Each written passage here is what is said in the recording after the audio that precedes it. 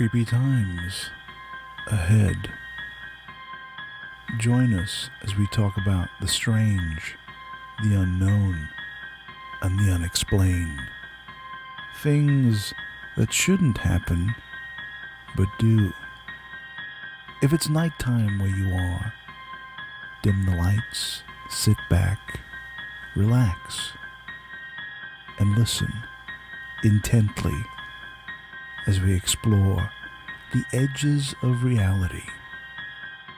Welcome to Paratalk.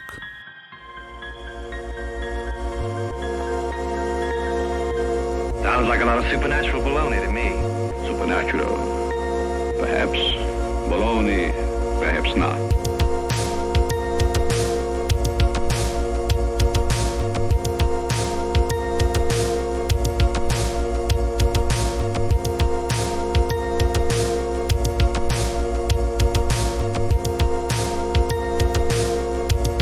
Hello, welcome to another edition of Paratalk.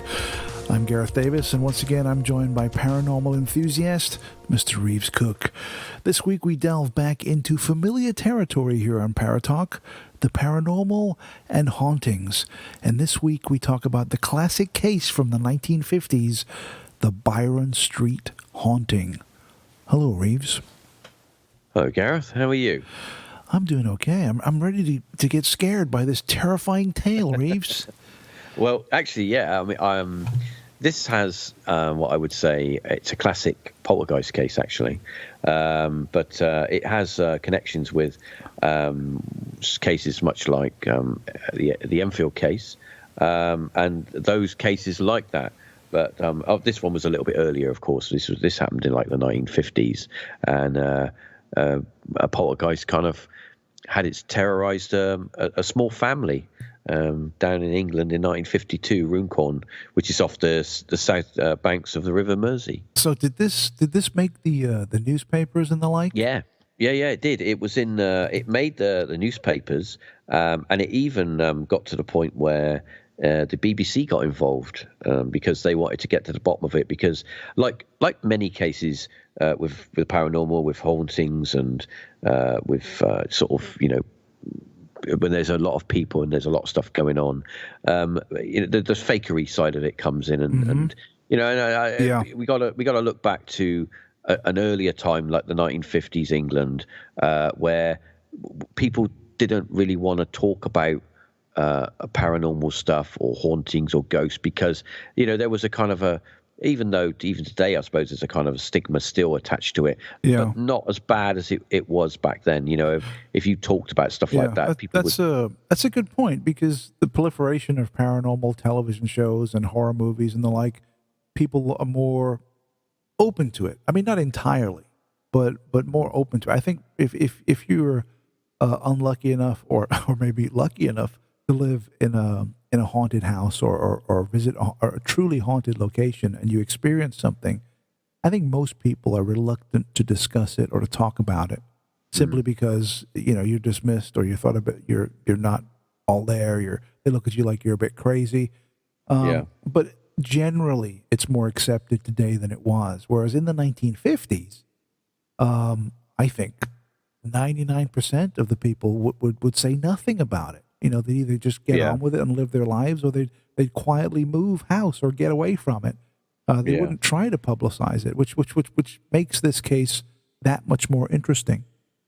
Well, the case itself is based on a family, quite a tightly knit family. There was basically five people that lived in. If I can give the listeners a mental impression, back then you would have rows of houses which were all, we called them terraced. They were like terraced houses, two up, two down. Yeah. So you'd have a two largest rooms downstairs, and then you'd have two rooms upstairs, and then you'd have an external bathroom outside, a toilet outside, and a lot of people did back then, because wages weren't great and, you know, money was tight. They would let out their best room to lodgers, and the thing is that the lodger would pay quite a handsome fee to have their own room, privacy, away from the family. But the downside was the family would end up sleeping basically in one room. So, and this was the case here. And there was 5 members of the family. Sam Jones, who was 68, was the father. And then you had a widowed daughter-in-law, Lucy. And then you had a granddaughter, grandson. And then there was a lodger. So apart from the lodger, there was like 4 people who were staying in one large bedroom. So 2 beds, and they would share. And then the lodger would take, the second room. Right. So that because that's what they're paying for. They're paying, their for their fee own room. For their own room. And this was fine. This went on. This was all fine, and there was no weirdness going on until it was the month of August, the 17th of August, which was a Sunday evening in 1952, and everything was fine in the daytime. And the evening came, and time for bed, and everybody goes to bed, and all the family are in the bedroom, and they know they hear it's a sound. It's not something visual. It's a sound, and it was a scratching sound. Of course, this is kind of common in poltergeist cases where it always starts off with something tiny, whether it be small fires or, something moving around or objects going missing. But this was a scratching sound, and it was coming from, they have in the bedroom, they had like a chest of drawers where, the family clothes and stuff. Right. And they explain that it's kind of coming from that area, but at the same time, it was you couldn't really pinpoint it. So we've got lots of commonality here with lots of other cases that go on. It kind of starts like this. And they got up to have a look to see where it was coming from. And it obviously there was the only main thing that was in the room was the dresser, the chest of drawers. And it kind of stopped. As soon as the light was on, it stopped. So, okay, back to bed. They kind of all went back to sleep, and it started again. But something different this time. When the scratching started, they also started to get a knocking sound, a booming sound, like someone's banging on the walls of the house.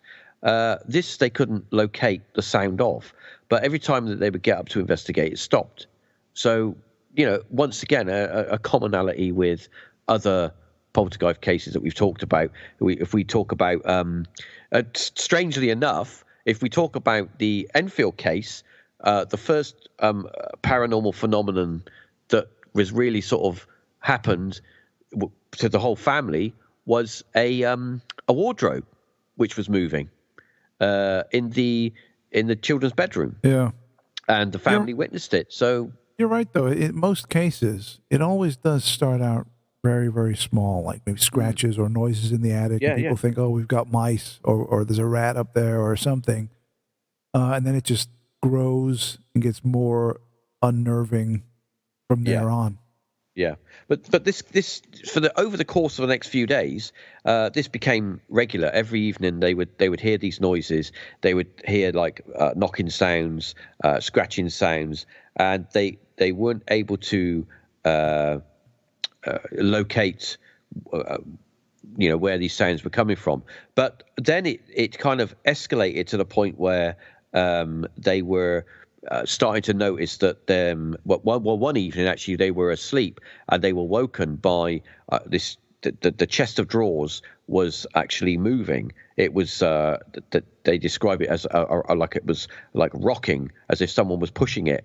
And when they turned the lights on, it stopped moving, but they noticed that it had actually moved away from the wall by a number of feet. So something was influencing that or affecting it whilst the family were in bed and they were woken by it. So they had all this activity going on, and it seemed to be building up and building up and building up to the point where Sam and the household they decided that it was best to try and get some help. Now, of course, in those days there was there were paranormal investigators. There were, you had plenty of people still that would investigate phenomenon. But obviously, a family, the first thing they're going to do if they've got unexplained stuff, they're going to, they call the police. Yeah.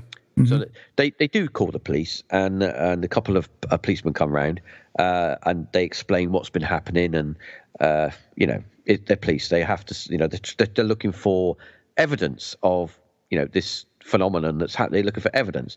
They decide they have another chest of drawers which is at the bottom of the stairs, and they're sat on it. They said they sit on it, and now they are both pushed off of it. As they're pushed off of it, they're like, okay, something's happened here. Something pushed us off of this. How do we report this? They're bemused. They're confused.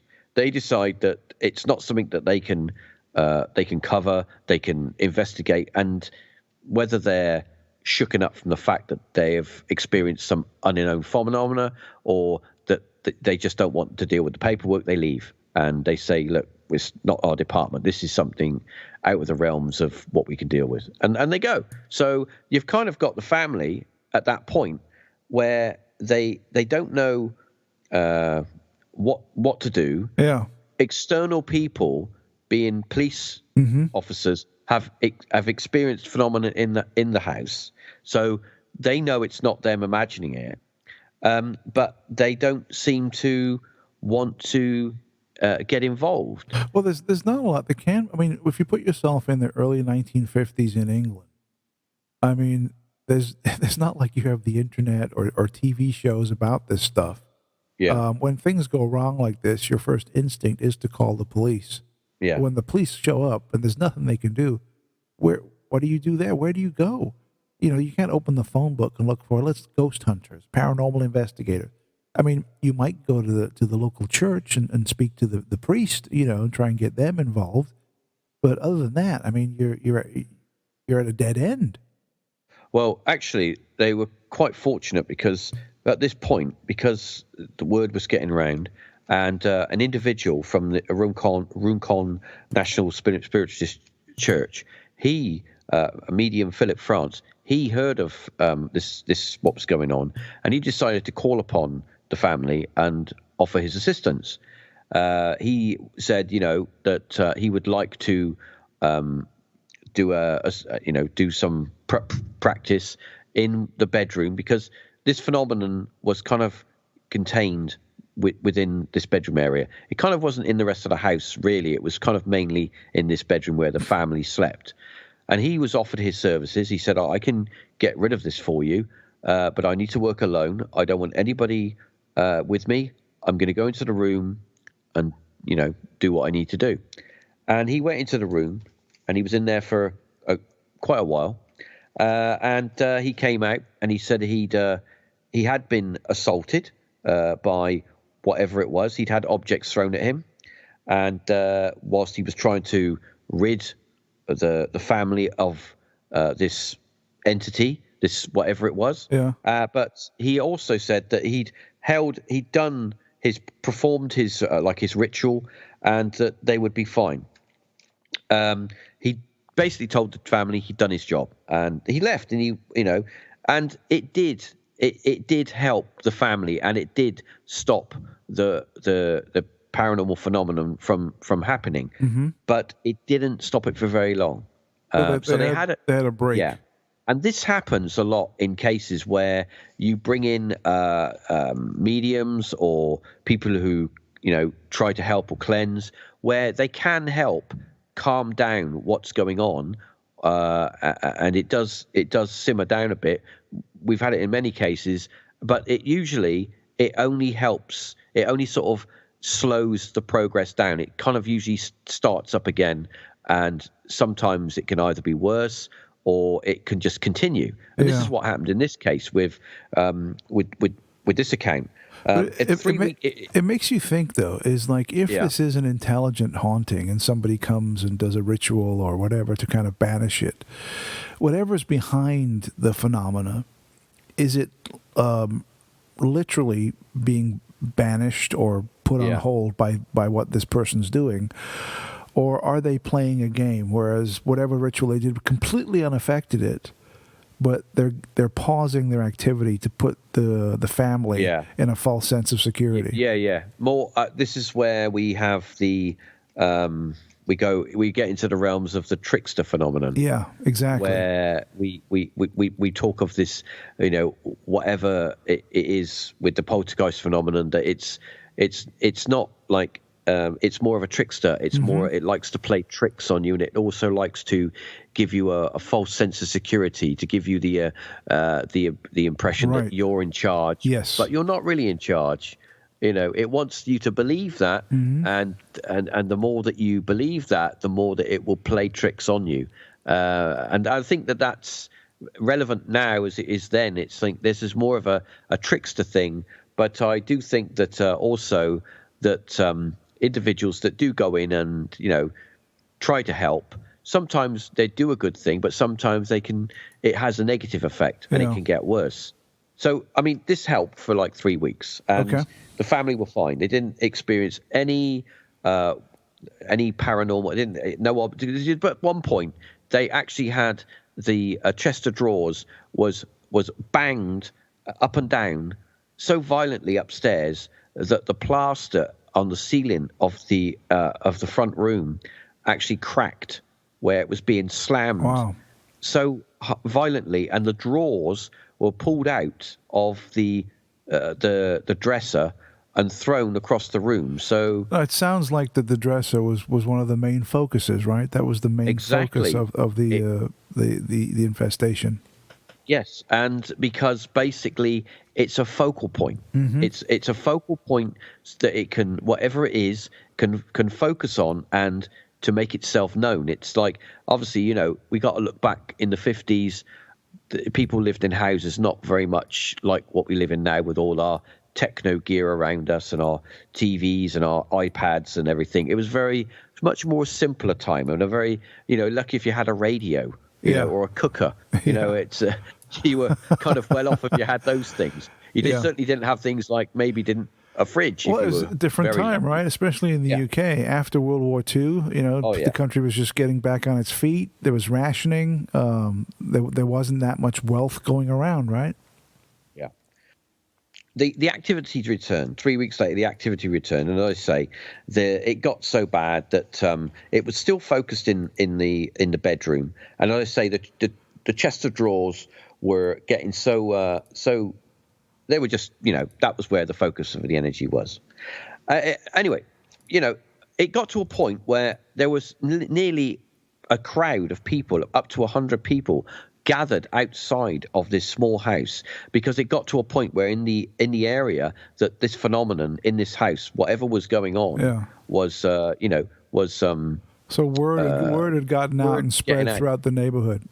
People actually gave it they called it a dukkha, which is basically, they used the word joker and a spook, and they put the two words together just to give it a bit of a slang name. And it's interesting that they would use those words, especially joker, when we have the trickster phenomenon that lots of people talk about now, because they thought, well, the accusations, of course, came in that the family were faking it and lying, and but I really don't think that in that time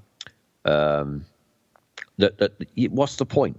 People don't really want to have this on their shoulders, and the stress that it would cause. Most people back then are just trying to earn a living and feed themselves and keep a shirt on their back. They don't need this kind of, it's not going to get you famous. Not like you could be on YouTube or Facebook. Back then, as I say, it was a simpler time. Yeah. Anyway, so the son, he invites a friend over to stay, because the sister goes off elsewhere to stay, so they've got more room in the house, and he invites his friend over to stay over for a bit. And as this is going on, another individual comes into the scene, which is a reverend. Now, the Reverend W.H. Stevens, on Monday the 22nd of September, we're in September now, 1952, he is a local minister, and he gets to hear about this, and he feels that he can help. But kind of investigate, but also help. And it just so happens that he is also a member of the SPR, society. Basically Psychical research. Yeah. Yeah, it's still going today. But he's also quite a well-known skeptic as well. So he's kind of the ideal person because he's looking at it from both sides of the fence. And he comes along and he decides to do an all-night vigil in the room, in the house, with the two young lads in bed asleep, so that he's kind of like seeing if this has any correlation to people being in the room, triggers the phenomenon. Is it the kids?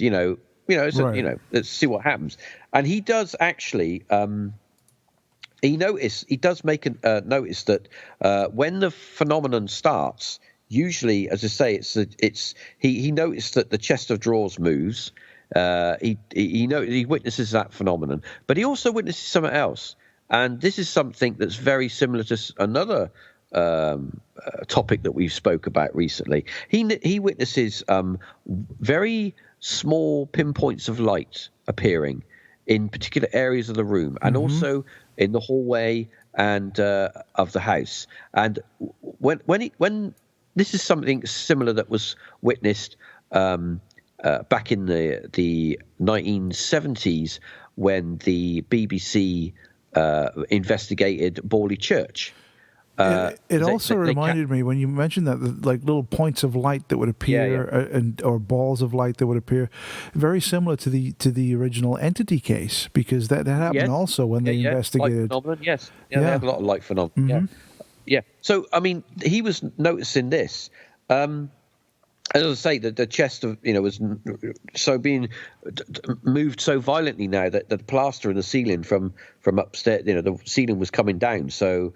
But also he noticed that it was getting to a point where it was turning quite violent because the Reverend had a couple of things happen to him. He was hit in the head by a flying book, and a large box was turned over in the room as well.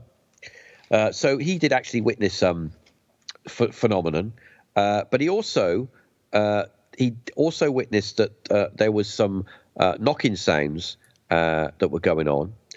In the room, and when he sort of looked around to sort of see where it was possibly coming from, he noticed that one of the lad's hands was outside of the bed, which immediately, being a skeptical man, was like, well, are these children?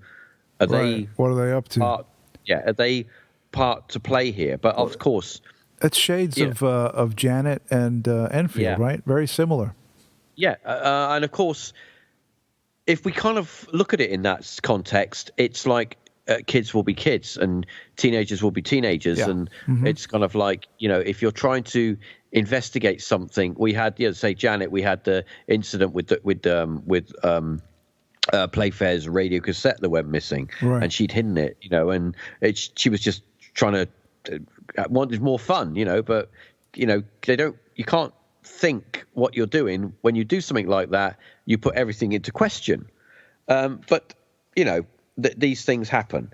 So there was a letter by a group that found out about this case from Germany, and apparently they knew how to get rid of this whatever it was. So they said that they were going to send instructions. They were going to post them over to them of what exactly to do. The interesting thing was, when the letter did arrive, one page of what to do was missing.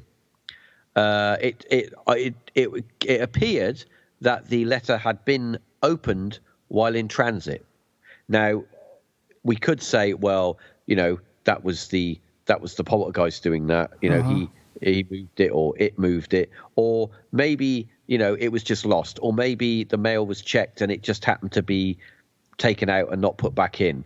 We don't know, but what we do know is that part of that letter to do the I call it, I don't like to call it a ritual, but to follow the instructions to get rid of the. So there was the piece that was missing was like an integral part of completing it. They couldn't do it without that piece of paper.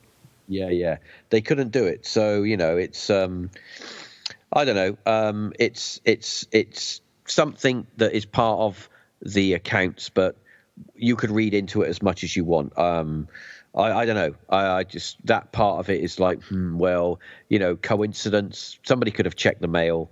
The war had just been over, a few years, and maybe the mail was coming from Germany. Maybe they're checking it because spies and stuff. Knows? I don't know. Who knows?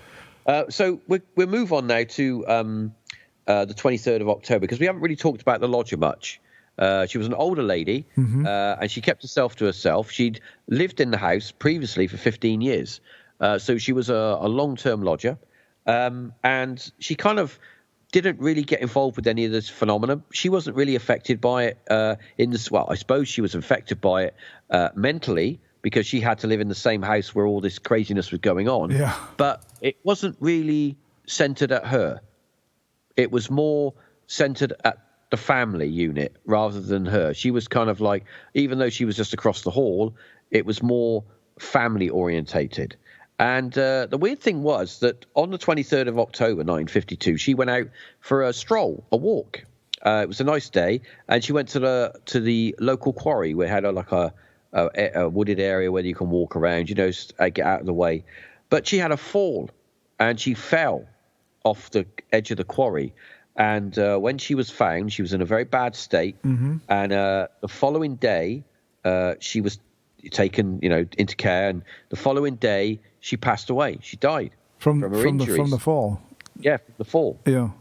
Now, of course, it was suspicious, but obviously, they rolled it down that, it was also, she could have slipped and fallen, and, went down she went. Or, while others say that maybe the pressure of being in such a, like an environment where the unknown and all this crazy stuff is going, it was too much.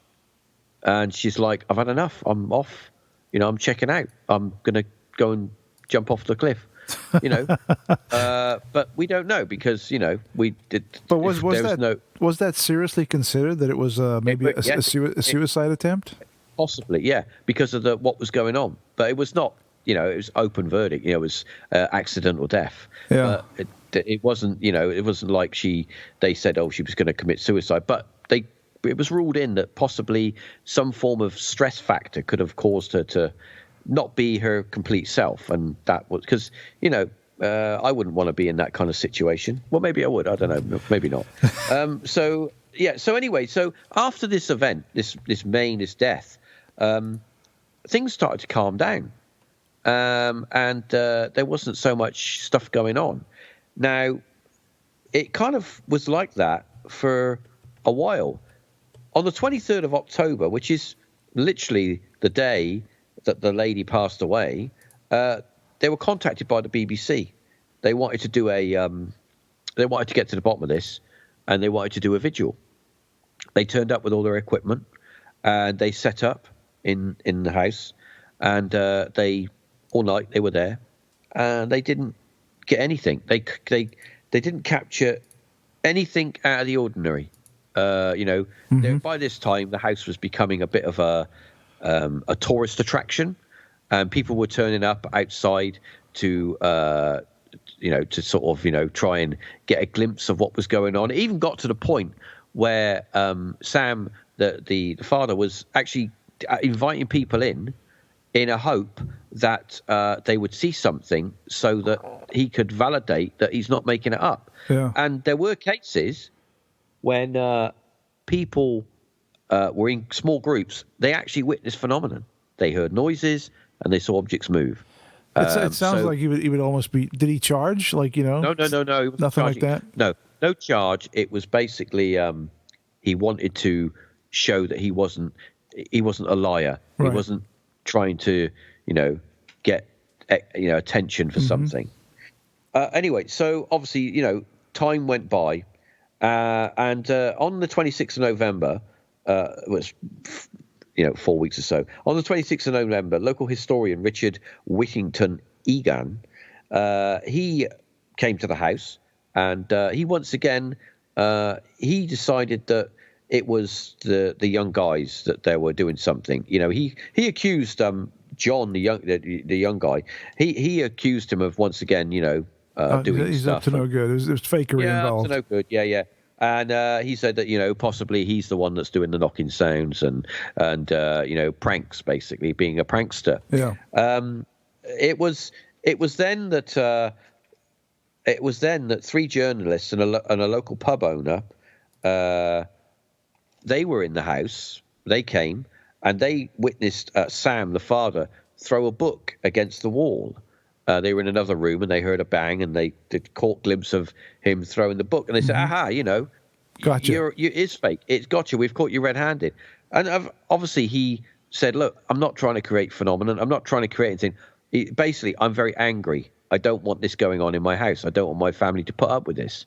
You know, and of course, if you have to step into that person and step into his mindset, of course you're going to be really frustrated. You get all these people that come to your house that are trying to help you. No one seems to be able to do anything. And you don't know enough about what's going on. You just want someone to help you. Yeah. And of course, after a while, I think anyone is going to get mentally fatigued about this. And it's going to get to a point, you know, these people, they're working people. They haven't got money to just go off to rent somewhere else. And you know, these people are living day by day. So I can kind of understand the frustration and anger that an individual is powerless. It's a living hell when you think about it. If you're trapped in a house, you can't move for financial reasons. You're locked in there, but you're being tormented day in, day out. There's no relief. There's no way to get rid of it.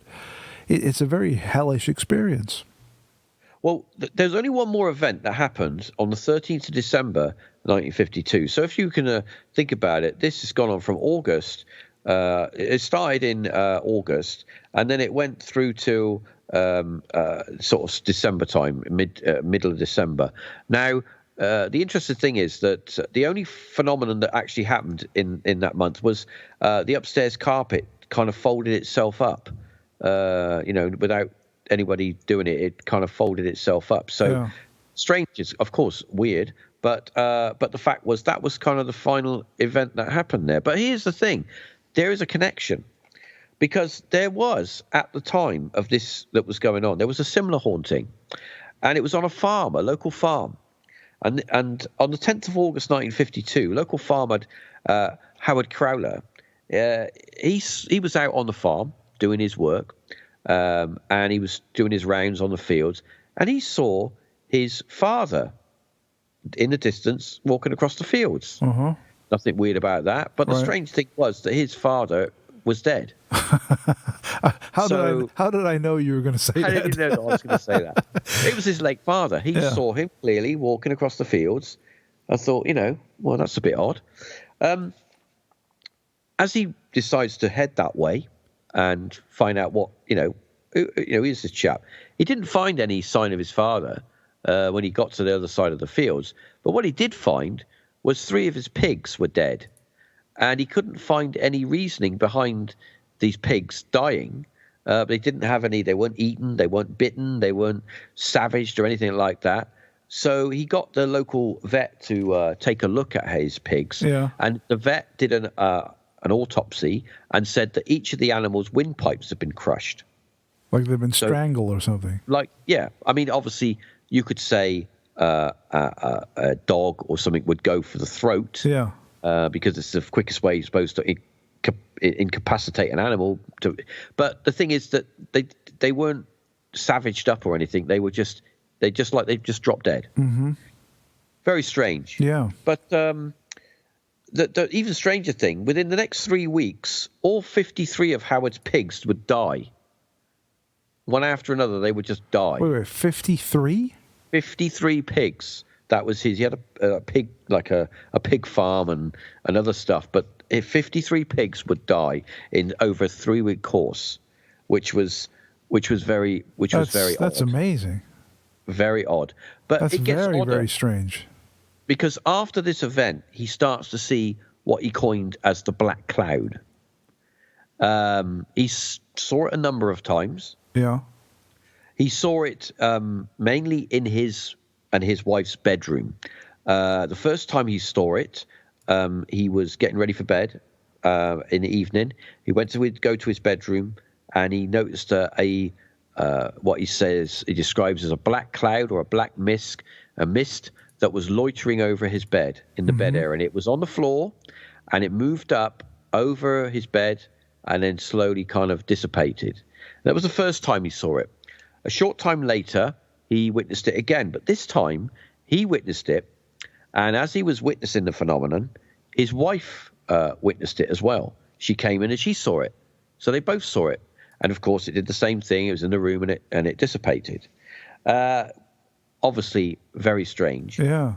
Now, another thing that why he has a connection with the Byron Street events is that he likened it to exactly the same thing that he saw when he visited the Byron Street house back, a little time prior. He saw what he described as a black cloud in the house, which moved up into the air and then dissipated. He did have another encounter with this black cloud, which he described as not human-like, but very, very long, very tall. He was getting his coat on one day to go out, and he had a couple of dogs with him, farm dogs, and he was getting his coat from the coat rack, and then suddenly he noticed this tall, shadowy, dark figure, cloud-like figure that was in the hallway. He said it was much taller than him, at least around 7 foot tall, and it was.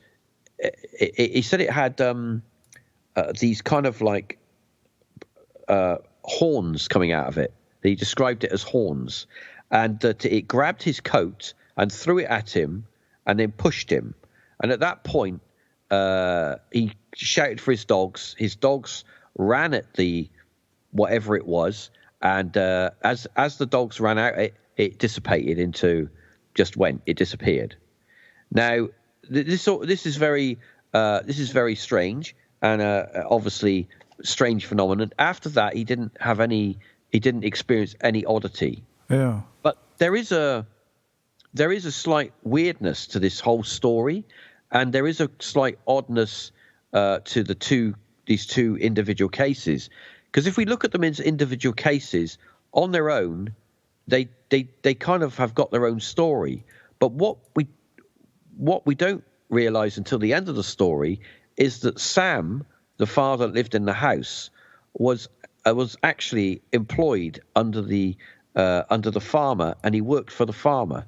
So the two were kind of connected in a way. There's a definite connection there. And there's a definite connection, but there's also a connection with the fact that possibly was the personal connection, having that connection with each other, was it the possibility that the individual farmer's father was the possibility of something moving, transference or attachment to the house, and the poltergeist phenomenon caused by the consciousness of that individual or something along those realms? I know it's one of the main theories for poltergeist phenomena is it has to do with an emotionally charged house, or they say prepubescent teenagers, especially young girls. They're at the center of most, not all, but most poltergeist cases. So it could be that there was some kind of pressure that was going on between employee and employer that kind of bled over into the environment.